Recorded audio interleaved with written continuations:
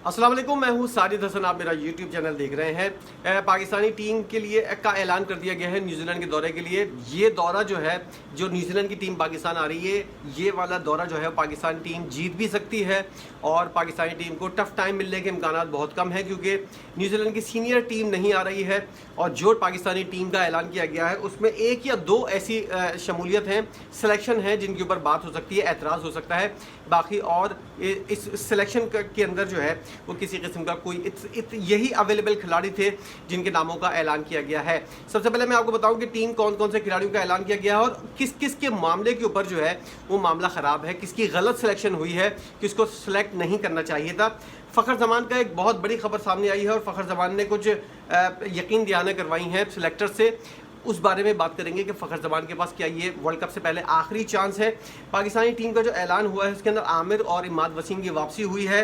5 मैचों की सीरीज़ 18 अप्रैल से शुरू होगी और बाबर आजम की क़यादत में ऐलान करदा टीम में 2 नए खिलाड़ी उस्मान खान और इरफान खान नियाजी को शामिल किया गया। उस्मान खान का तो कुछ समझ में आता है कि हाँ, इसने पिछले PSL में भी और इस PSL के अंदर भी इसने इंतहाई उम्दा परफॉर्मेंस का मुजाहरा किया गया था।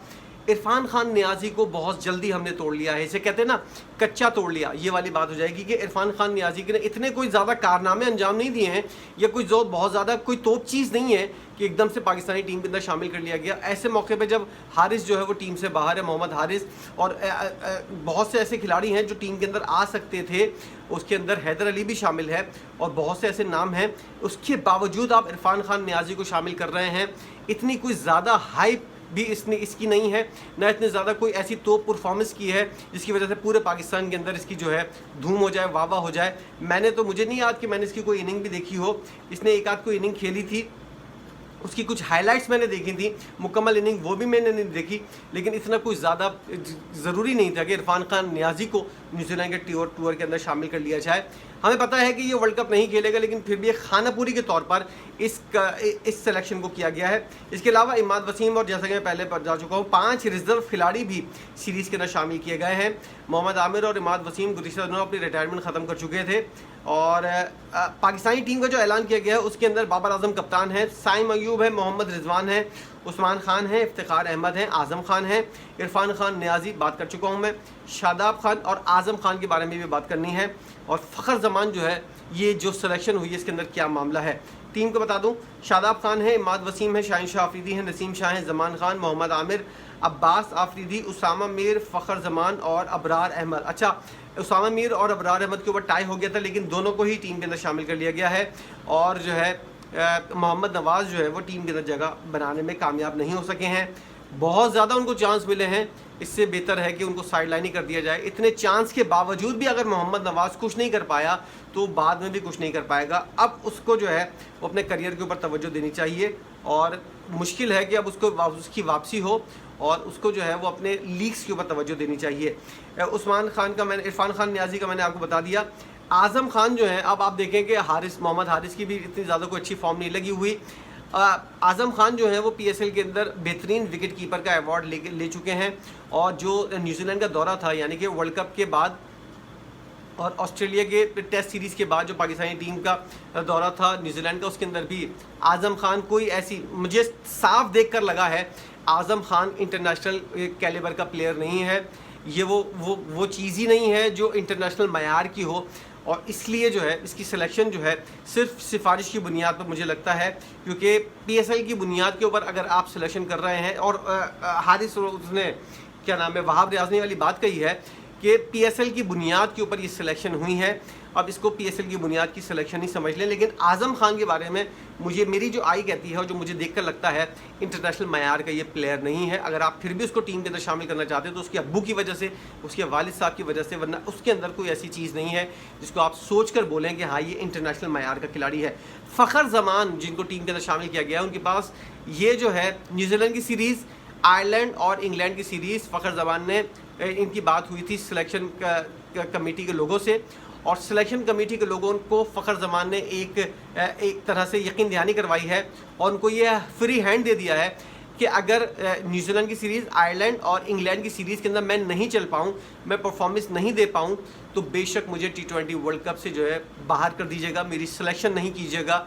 उसने एक चांस मांगा है, 3 सीरीज़ें मांगी हैं समझें, और ये चांस जो है 3 सीरीज़ों वाला, इसके ऊपर फ़खर ज़मान ने कहा है कि बेशक मुझे ये सीरीज़ दे दें, अगर ऐसा कुछ नहीं होता, मैं परफॉर्म नहीं करता। उन्होंने ये नहीं सोचा कि अगर फ़खर ज़मान को ही हम चांस दे देंगे तो बाकी अगर फ़खर ज़मान नहीं चल पाए तो फिर किसको शामिल करेंगे। फ़खर ज़मान ने एक ऐसा जुआ खेला है जिसके अंदर मात भी उसकी होगी है और चट भी उसकी होगी। मतलब कि सिलेक्शन कमेटी वालों ने ये वाली बात नहीं सोची, खुदा ना खास्ता अगर फ़खर ज़मान नहीं चल पाए, दौरा न्यूजीलैंड के अंदर, दौरा आयरलैंड के अंदर, दौरा इंग्लैंड के अंदर अगर नहीं चल पाए तो ऐसे मौके के ऊपर वो किसको, फ़खर ज़मान को तो टीम से बाहर कर देंगे, शामिल किसको करेंगे, क्योंकि उस वक्त तो कोई भी खिलाड़ी चेक नहीं हुआ होगा और फ़खर ज़मान साहब जैसी गारंटी दे चुके हैं, हमको शामिल करना पड़ेगा तजर्बे की बुनियाद के ऊपर फ़खर ज़मान के ऊपर। और जिस तरह का उन्होंने जुआ खेला है उसके अंदर मात और जीत जो है वो फ़खर ज़मान की होती हुई नज़र आ रही है। सिलेक्शन कमेटी वालों ने ये सोचा नहीं है कि अगर फ़खर ज़मान नहीं चल पाया इन 3 सीरीज़ के अंदर तो हम लोग किसको शामिल करेंगे। ज़रा इस बारे में किसी ने अकल लड़ाई है, कुछ सोचा है, या सब इसी उसके अंदर बह गए कि फ़खर ज़मान ने हमको जो है वो बोल दिया है और उसने हमको ऑफ़र कर दी है। इस तरह की बेवकूफ़ाना हरकत जो है वो मुझे उम्मीद नहीं है कि ऐसी कर सकते हैं। अच्छा, उसके बाद एक रमीज़ राजा साहब के बारे में एक सवाल हुआ, उसके अंदर इतनी ज़्यादा ज़िल्लत रमीज़ राजा की जिस तरह मैंने अपनी ज़िंदगी में कभी नहीं देखी कि इतनी ज़्यादा बकवास भी अगर आदमी करता है ना तो ज़रा सोच समझ कर करना चाहिए। रमीज़ राजा को ये वाली बात सोचनी चाहिए कि अगर मैं आमिर के बारे में इतनी हार्श और इतना सख्त बयान दे रहा हूँ तो कहीं ना कहीं से मुझे थप्पड़ और कहीं मोशड़ा भी पड़ सकता है। यही मोशड़ा आज वहाब रियाज ने उनको मार दिया। और जब उनसे सवाल हुआ कि मोहम्मद आमिर को आपने टीम के अंदर सेलेक्ट कर लिया है, लेकिन रमीज़ राजा साहब ये वाली बात कहते हुए नज़र आ रहे हैं कि अगर आमिर मेरा बेटा भी होता और ऐसी हरकत करता तो मैं उसको आख कर देता आमिर की जगह। तो ये वाली बात उन्होंने कहा कि वहाब रियाज ने ऐसी बात की है, मुझे अजीब सा लग रहा है कि उसने बोला कि ये हमारा दीन भी सिखाता है कि किसी की गलतियों को जो है वो माफ़ कर देना चाहिए, और इतना ज़्यादा किसी को जो है वो किसी को अगर अकल आ जाए, और दीन हमारा ये कहता है कि अगर कोई अपने उस गुनाह से तौबा कर ले तो उसको ज़रा सा कुछ चांस मिलना चाहिए। उन्होंने ये वाली बात भी की कि रमीज़ राजा साहब ने इंतहाई सख्त बयान दिया था, लेकिन ये उनके मुंह की बात है और वो इससे इतना सख्त बयान देने की उनको ज़रूरत नहीं थी।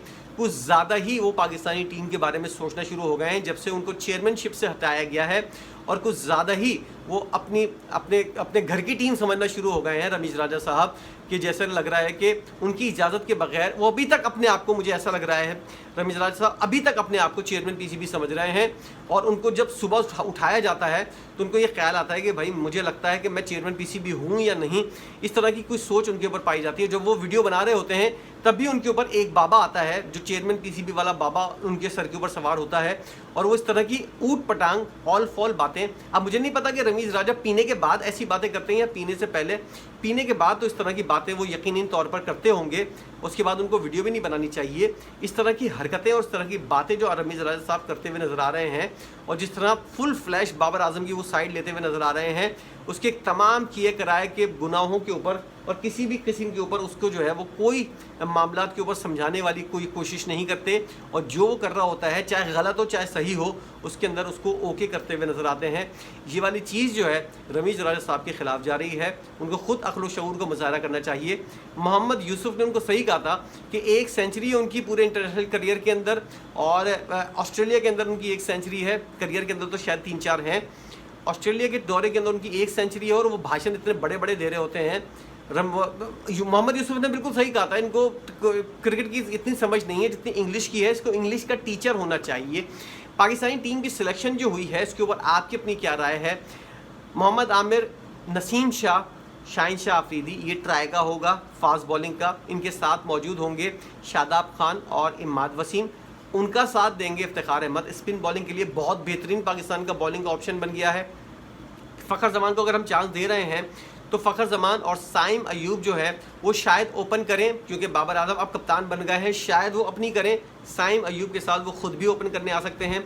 फिर फ़खर ज़मान 1 डाउन आएंगे, उसके बाद मोहम्मद रिजवान, और या तो फिर उस्मान खान, और उसके बाद चाचा, और इस तरह की चीज़ें जो हैं वो चलती हुई नज़र आ जाएंगी। इतनी ज़्यादा कोई बड़ी सिलेक्शन के अंदर तो कोई तब्दीली नहीं है, और पाकिस्तानी टीम के अंदर जो चीज़ें सामने आ रही हैं उसके अंदर यही है कि इफ्तिखार अहमद, शादाब खान, उसके बाद इमाद वसीम और उसके बाद हमारे ऑलराउंडर जो हैं वो शुरू हो जाएंगे।